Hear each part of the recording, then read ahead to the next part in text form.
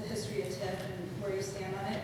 I've been doing some research related to TIF as well, and I've been following Dr. Craig Marr, and I invited him tonight. I don't know if he's in the crowd, but he's a UNO professor. Mike not work. Okay, I'll get up closer.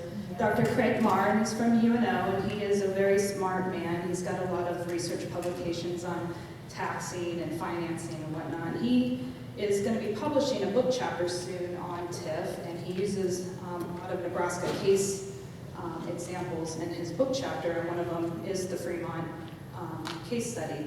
But in his paper, which is well researched, he says that based on his research, the practice for successful TIF projects is often based on a premise that there's a consensus among stakeholders, including the public, interest groups, and other taxing authorities, like Bob said, school districts. In other words, active stakeholder participation in the process of TIF financing can lead to minimized conflict of interest, thereby assuring maximized potential benefits. How to manage potential risk of TIF financing is also important because TIF is basically a debt financing tool. When a TIF project is supported by general obligation bonds, for example, local governments and the taxpayers will admit a relatively higher risk because they're responsible for retiring the bonds regardless of the project's success or failure. Conversely, if revenue bonds are used to fund a project, local governments can lower the potential risks at a cost of higher interest rates. Did you have a question? Yes, I am getting to it. For a successful TIF project, the careful selection between different risk management options should be made, and it has to be dependent on project characteristics and local fiscal economic development goals. So my question is, and I don't think we have anyone from the city council, although we have Teresa here, who's our clerk, and she comes to everything. I'm not the clerk, I do water. Okay, she does our water billing. I don't think it's been clear in this whole process. I don't think it's been stakeholder driven necessarily. We certainly don't have the school on board. We don't have transparency to the county. That's a flaw. Also, I don't really know what kind of bonds are being used. When you read this research paper, it says that a city council or whatever authority that's issuing TIF should be well aware of the types of bonds that they're issuing, and it should be low risk to our community. So we're still looking for answers, and it seems like we don't get them. We read the redevelopment plan. It's very minimal. They say we should accept the redevelopment plan because of the comprehensive plan. Well, there wasn't a lot of input that went into the comprehensive plan, public input either. So I feel like that this is kind of being rushed, and I would like your thoughts on how to maybe slow it down if we can. Well, there's a whole raft of public hearings we're supposed to have. I would assume most of them do revenue bonds because they are revenue from the property taxes generated. Originally, I think the idea was to do municipal bonds. They're not municipal bonds. And if they did, they'd be a lot less interest paid because they're not taxable. They are just regular bonds. And like I said, if you read the original intent, the idea was this. If you read the Constitution Amendment, it's pretty clear the city should hold the bond.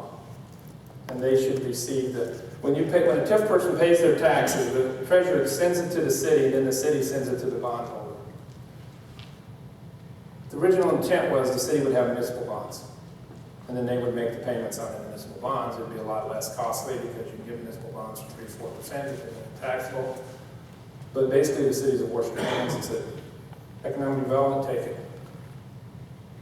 I hired an economic development person, that's their project. I'm Sherry O'Kelly. I just wonder, is this too late? Because we have a petition, and people have signed it.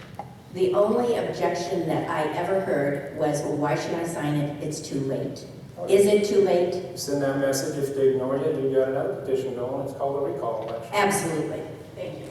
I would do it because that's the American way. That's democracy. If they ignore the will of the people, they should not be elected officials. Amen.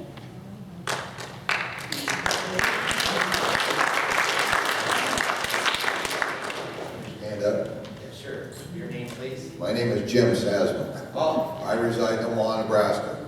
I'm a taxpayer and a citizen of this country.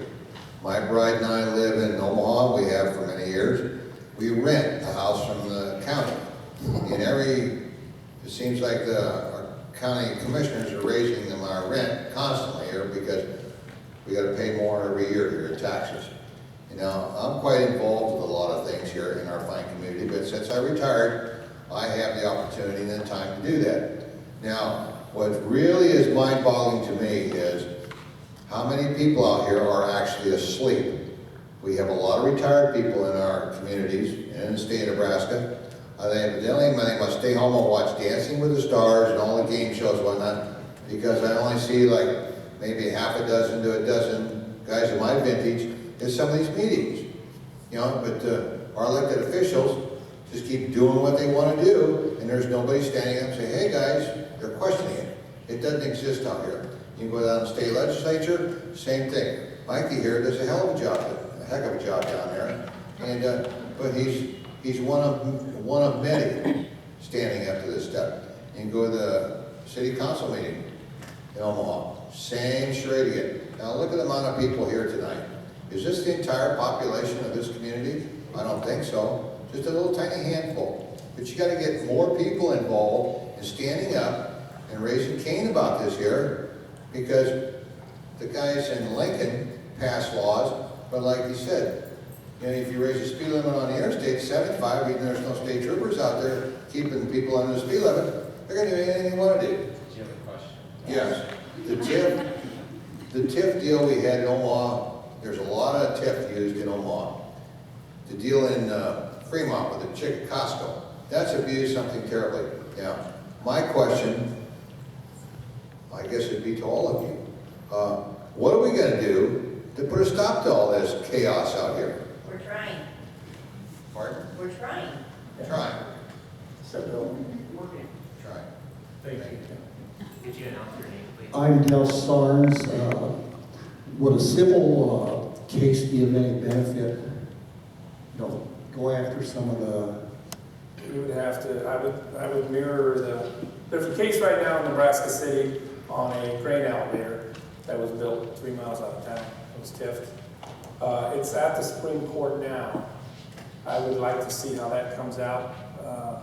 But it's more, that case is more on the process than it is on the abuse of TIF.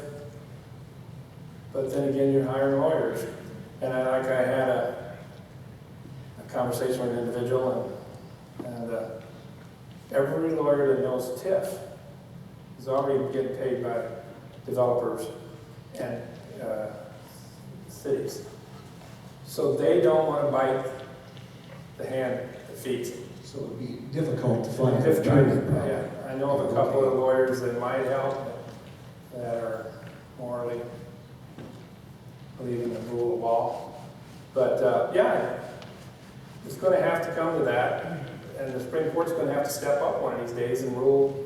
Well, they did in Fiske, and I don't understand why they don't. There haven't been any other cases. There's been a few, but they've always taken the process. Did they have the meetings? Did they send out? They're supposed to send a letter out to every other tax lien and say we're going to TIF this. So what? The school can't stop them, but on the process. But I think it's coming to a head. Colorado got rid of that. It was abused so much that they got rid of the open fields here a couple years ago, changed their statute that you couldn't TIF open areas. We could do it here quickly. Come to the hearings. I'm going to have bills here. We need people to come to the hearings. Senators listen to citizens. When you hear about a hearing on a bill you like, we are very unique in Nebraska with a unicameral. Every single bill has a hearing in front of the second house, which is the citizens. And I've seen bills killed because of the passion of the testifiers. But when I did my bills, I had the League of Municipalities and their lawyers, I had bond rep lawyers, I had developers, lawyers from developers come in and testify against it. Very few citizens showed up. Because you don't have a lobby. You are your lobby. So, we have a question here. Senator Groene, can you announce your name? My name is Ginger. the first papers that came out said that the houses were going to be affordable housing. Where's $250,000 or $300,000 homes affordable? Right. If you make 100,000, they're affordable. It depends on your definition. Yeah, I don't know what to tell you. It doesn't lower the price, it just widens the margin. No businessman in his right mind is going to say, I feel good because they paid $1.8 million in my cost, so therefore I'm going to lower the house. No. They're going to sell it at the free market price that anybody's willing to pay. It just widens the profit margin. Hi, I'm Barb Conley, and we try to ask the city council for answers. They're very evasive. One of the things that concerns us is the rising taxes, or if our sales tax is going to go up. Could you clarify, does that happen when a TIF is enacted? You mean sales tax? Will our property taxes or sales taxes be increased because of it? The property taxes will, because somebody has to pay for that public. You bring more citizens into, Bob brought up 75 students. Somebody's got to pay for that. Or the public, you have a policeman in it. Somebody's got to pay his wages. He's going to be burning gas now driving them streets. Somebody's going to take a snowplow out there when it snows. Who's going to pay for that? Your taxes will go up. The property tax system is unique. It works really well. You get more people, more property, you get more property tax, you hire more police to match the citizens' growth, you hire more street workers. They are able to cover more streets, everybody's taxes go down. That's the way it's supposed to work. This is a huge hole in the lifeboat of the property taxes. Hi, I'm Chris Grass. I just have a question. I don't live in the town of Ashland. I'm rural, so I really have no say with our city council. But what do we do now? What is our next step? They haven't voted yet. You can hope, but I don't think they showed up here. You can take this packet down to them and ask them if they knew this. Ask them what the definition of blight is. They're your elected official. You should. You can call your county commissioners. You can call your NRD representative. You can ask them. If you called the city council and said you don't, your school board members, have you called anybody you know on the city council and said we don't want to lose our tax base? We don't want you to take it. We're small communities. We talk to each other. They're listening to what one lawyer said. They've never researched any of this. They're living their lives. Dave Negrin, and I have a real quick question. Where did the 6% come from that we're going to be paying from an interest standpoint on the bond? Yeah, it's generally negotiated. It's pretty common that, like Senator Groene mentioned, it's 5 to 7%, somewhere in there, which is very typical. Part of the agreement? I'm not sure if it's stated in the agreement specifically what the percentage is. It will be when we get to that point. No, that just seems ridiculously high. Yeah, I'm getting 0.25% on a CD at the bank, so I'd love to make 6%. Yeah, maybe we can get in on those bonds. Next week, Ronnie? Ron Stasel. My question is they refer to this as redevelopment and everything, and when there's nothing out there, how can they classify it as that? I would say it would be new development, not redevelopment. I don't know how to say it, but I think one of our forefathers said democracy will work as long as the character of the citizens. If you don't follow, if you have citizens, we are starting to be ruled by the end justifies the means. That's where we're at in this country. Oh, it'll bring a bunch of jobs. What about the rule of law? Well, who cares? And I really don't understand this one here. I can understand somebody saying they're bringing jobs to the community, but you're in a metro area. Those folks living there could be working in Lincoln. They could be working in Omaha, Starkey County. You're not competing. This isn't high school anymore. You're not competing with Gretna and Elkhorn for anything. What you are creating here is a disaster. There will not be a housing development built anywhere in the state of Nebraska if we continue to do this without TIF. Why would you as a businessman? You can't compete with the guy down the road. Who cares if that housing development is built on the outskirts of Gretna or Elkhorn? You're not getting property taxes for the next 5 to 15 years anyway, so why? I don't understand it. You don't have the lumberyard here to service it, the grocery store, but you know how mobile people are. Question. Not a lecture. Do I need the mic again? Well, we try to limit one Yeah, question per person. let everybody else Does anyone know. else have a question? We get $20. Oh, we got you once. I want to ask about phase 2, Okay. and if the senator's heard of these Does anyone else have a question before Ms. Nichols asked the question already? Raise your hand. We covered a lot of ground already. Come on up. Senator Groene, one of the things that we've heard quite a bit is that there might be a phase 2 to the development in terms of new businesses coming in, that the infrastructure will lay the groundwork for new businesses, such as a hotel, which some of us, I think that could be a viable option for this area. It could bring in additional sales tax and lodging tax, but yet nothing is on paper. So have you heard of like this phase 2 kind of planning with TIF? Any The success? Menards in North Platte was built in 06 or 07. And they got a big sign outside of it by Menards that says, lots for sale, they haven't sold a single one. You don't do tax policy on pie in the sky. If a hotel's coming, they're going to build it. Businesses do this. They do a study and they find out the base, the customer base. If the customer base is there, they build. They do not build because somebody gave them $1 million of property taxes, which they can do, that most businesses of that size can do in a month's revenues. It's just gravy to them, the TIF. It's bottom dollar. Businesses build because there's a customer base, period. This TIF thing is being sold now on what we defeated in the legislature. They wanted to do construction costs, private construction costs added. We beat that back with a filibuster. We're not winning this battle. We're still losing it.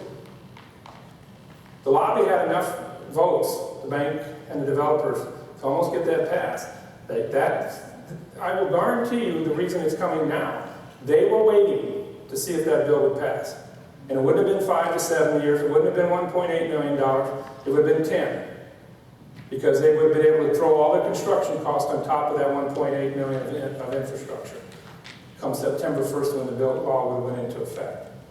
But we heard this Orwellian speech that if you build a house and the worker moves into it without a job, then the company will come and build because the worker's there. Have you ever heard that theory? I got a degree in economics. That's a new one to me.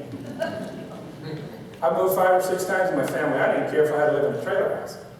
I moved for that job. And then we found a place to live. But the lobby wants it.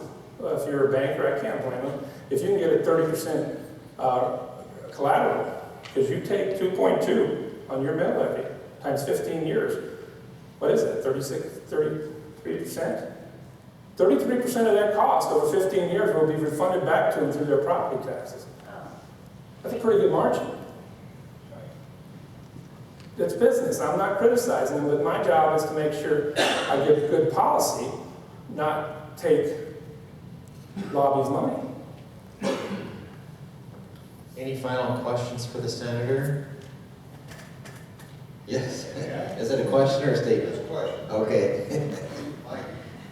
Mikey, we have a deal here, item number 3. It says the city council is working on plans to approve almost $1.8 million in TIF financing to help pay for the Whitetail development, water, sewer, and roads. So, why can't the people who reside in this fine community here go down there and protest this and say, hey, city council guys, we don't want this. You don't know the history of these We've been folks. doing it for months. These folks have. They got yard signs out. They got buttons they're wearing. They're showing up at city council meetings, which don't lecture these guys. They are doing it. Good. That's why I'm here. But they invited me here. City council is totally ignoring. They've got stars in their eyes. It's one of the biggest things I get is an average person who couldn't run a Dairy Queen runs for city office or state legislature, and immediately they become a venture capitalist. Yes. With your tax dollars. With other people's money. It just amazes me. And what they're supposed to do is fix your potholes. It's boring, but that's why you elected them. Not to be venture capitalists with your tax dollars. So anyway, I'm pretty blunt. They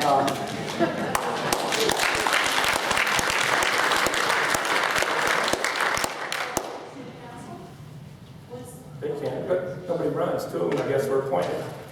That's Can't get right. people who run for office. Anyway, that's another subject. I haven't met the city council. They're good, decent people, I'm sure. They're listening to one lawyer. And when you get elected, and all of a sudden you have this responsibility on your backs, it's hard to say go against what a legal opinion is. These folks have nowhere to go to challenge that lawyer's opinion. This legislature hasn't given them anything. So that's where you're saying it may. We need oversight in the revenue. Senator Wayne, would you like to say a couple words about like the progress your committee's making in the hearings, if you don't mind? I'm sorry, I kind of caught you off guard. Hello, I'm Senator Wayne. I see Senator Cunningham over there from the Elkhorn area, so I want to make sure you guys know that she's here too. This is an issue that not only affects property taxes, education funding, and everything else. So we are starting our statewide tour, started in North Platte on August 24th, and we'll be going throughout our North Platte, Grand Island, Lincoln, Omaha. I'm trying to set one up here just so our committee can get a whole feel for what's going on. We are looking at this. We are putting out some recommendations or some bills that we're going to introduce next year. My committee did kill Senator Groene's bills this year. Part of the reason was me, and I went to Senator Groene and said, "This is my first year in the legislature. Give me a year to travel around, and we'll come back with something." The reason why this is passionate for me, I was on the Omaha Public School Board. Just to put it in perspective, when you stand down at Carnaggio's campus and look north and west, everything you see is tipped, as far as you can see it. And so when state aid started getting cut, and we have $1 billion on the tax rolls that we can't touch, OPS started losing funding. And so that's when it started. But then what really got me going was TD Ameritrade on 108th and Dodge. It was already built to 3 stories high when the city council decided to tip it the rest of the way. So clearly the but-for test didn't matter there because they were already building, literally building. So it became an issue, and so we're studying it, and we're gonna put some recommendations together. What we found in the audit report by Auditor Charlie Jansen was many of the same people relied on the same people, and that's why it was abused across the state. It was particularly 1 or 2 people who went around the state and developed the same properties, kind of what's going on here, if you understand what I'm saying. So that was in the audit report, and that's what we're trying to figure out some ways. So I was back here actually texting my legal counsel saying, what about this, what about that, look up this case, look up that case, because every time I'm around people talking about TIF, we're thinking of new ways to solve the problem. So we know it's an issue with state funding, with education funding, so we know we got to address it. We're just trying to figure out the best way to do it. Great, thank you. Senator, would you like to say a couple words, Senator? I was late, that's nobody. Well, that's a good reason to talk. Somehow I got confused between Elkhorn and I went wrong. I would like to really thank Senator Groene for, excuse me? Can you say your name, please? Yes, Lou Ann Lennigan. I would like to thank Senator Groene for coming in, he's a long ways from home, and for Senator Wayne for being here. This is really an important subject. I represent Western Douglas County, including Valley and Waterloo, and one of the first things I ran into when I was running last year was a huge battle going on in Valley between the school board and the city council and what they were tipping. So I'm not that familiar with your project here, but it sounds very familiar with what we're already doing. in Douglas County. So you have DC West, which is Waterloo and Valley merged, and then they have developers come out and build $1 million homes, which have children in them, because generally the definition of a home is kids who end up going to the school, but none of the money from the development goes to the school. So you're very good to get in front of this because it's, as Senator Groene said, it's rolling across the state, and we are coming to a point where you won't, unless we get ahead of it, you're not going to have any developments done without TIF. And that pushes everybody else's property taxes up because somebody has to pay the bill if you're going to have new kids in school. So thank you. It is hard, but keep at it. You will. You might, just because you lose one battle doesn't mean you lose the war. So keep hard. Thank you very much.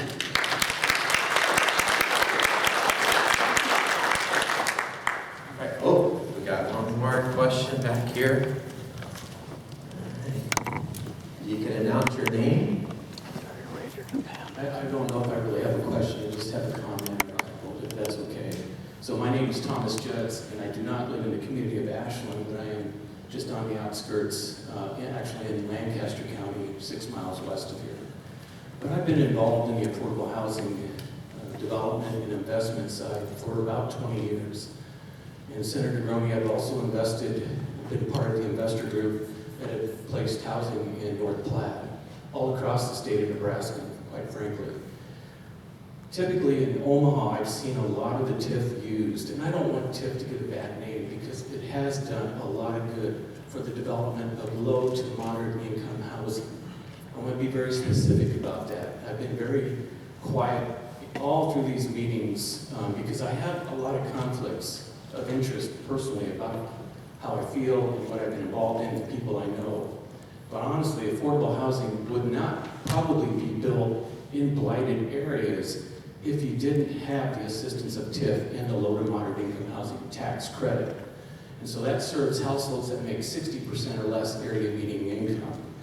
So TIF does work in those situations because those rents and incomes are limited.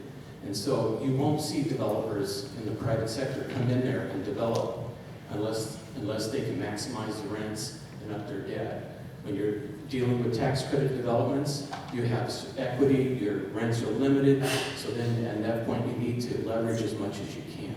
So I just want to make sure that's everybody's mind, that TIF does work in areas. I did question you regards to blight definition. When this initially started, is that a blighted area? And so those are my comments. Thank you for the opportunity.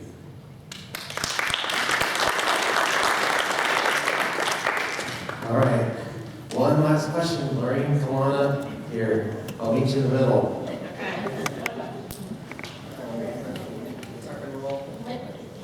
And then we'll call it good. Okay, my name's Lorraine. I just have a kind of a quick observation that this area was blighted. In some ways, isn't this kind of bid rigging because you're setting the land up for developing by the city? So it's kind of like bid rigging.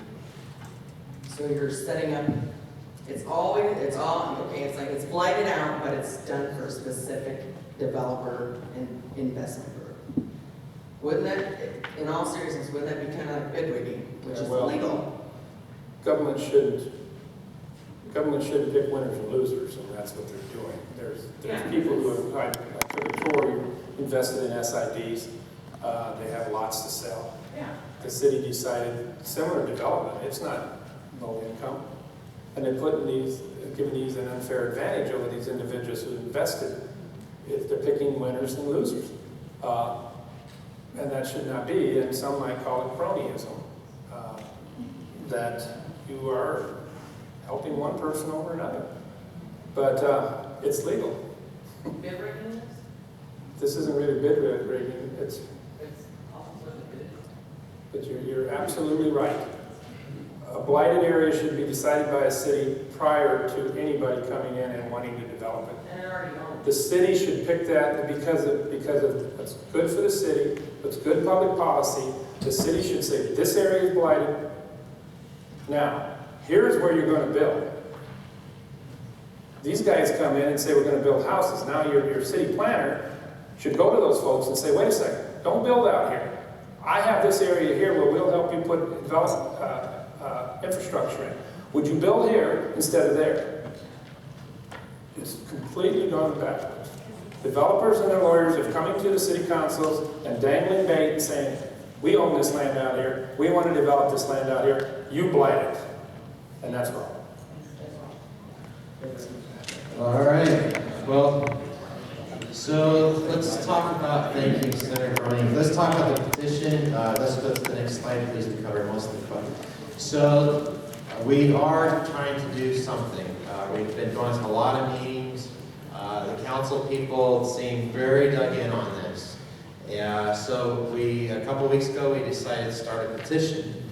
It's not illegal. You can't actually have a legal referendum to reverse the vote of the city councils, but we thought, let's do something. We just can't just sit here and do nothing. We've emailed the council people, we've met with them, we've gone to all their meetings. So we started a petition, going door to door.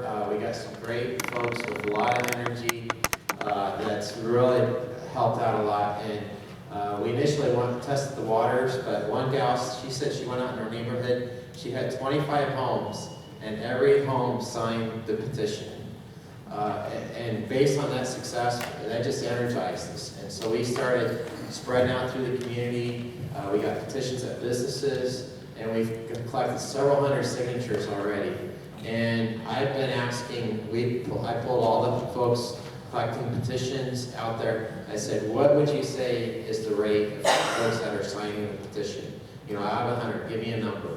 And they said maybe 3 out of 100 don't sign it. And I said, okay, why don't those 3 sign it? Well, one was a city employee, one was related to a city council member, and the other was a business person that had some interest in another project, and they didn't want the city to get mad at them.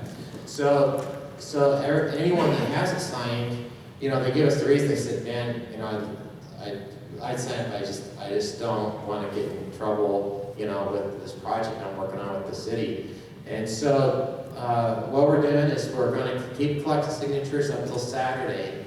And then on Monday morning, we're going to submit all of our signed petitions to City Hall. So we're going to take them down there, our little group. It's been a fun group. It's a lot of energy, and these guys have been working hard. I just like to applaud you guys because you guys have been awesome. They're amongst us.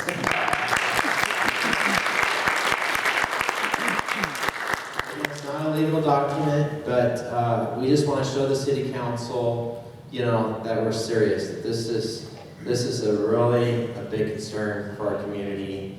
And if they go ahead and still approve the TIF, who knows what the next step is.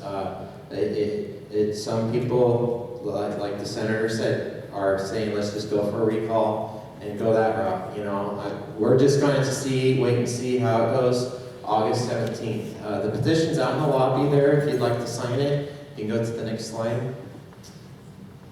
There's just like a quick sample of the petition. You just put your name, signature, address, indicate if you're a city resident. You don't have to be a resident if you're in the school district. We'd still love to have you sign. If you're interested in helping us getting some more signatures, please see me afterwards. We'll give you a few forms to go out to your friends and get them to sign too. And again, the petitions are at Sherrio's or the Ashland Pharmacy as well. And next slide, please. So just action items. There's information about the TIF project at the library. There's the facts and figures there, the city's side of it. But if you'd like to reach out to your council member or the mayor, there's their contact information. And one thing I think is really missing in the TIF agreement, there's just a little paragraph on how this could affect the school system in that TIF agreement. So I really do think the school and the city should work together on what is the true cost of this development is going to be to the school system. And I think they're really not talking to each other right now. But I think they really do need to come together. And before the city votes on this, I think they really need to know what those true costs are. If you don't do anything else, please come to this meeting Thursday, August 17th at 7 p.m. at City Hall. We want to pack the house before they vote on this. Some people say, hey, it doesn't make a difference if we show up or not. I think it does. I mean, they're going to, we got to make our presence known. It's a little place. Let's just make it standing room only, okay? Let's just crowd right around them and see if they still vote on it that night. Thank you for coming tonight. I'm very impressed with the numbers we had tonight, so thanks again, and thank you, Senator. Take care.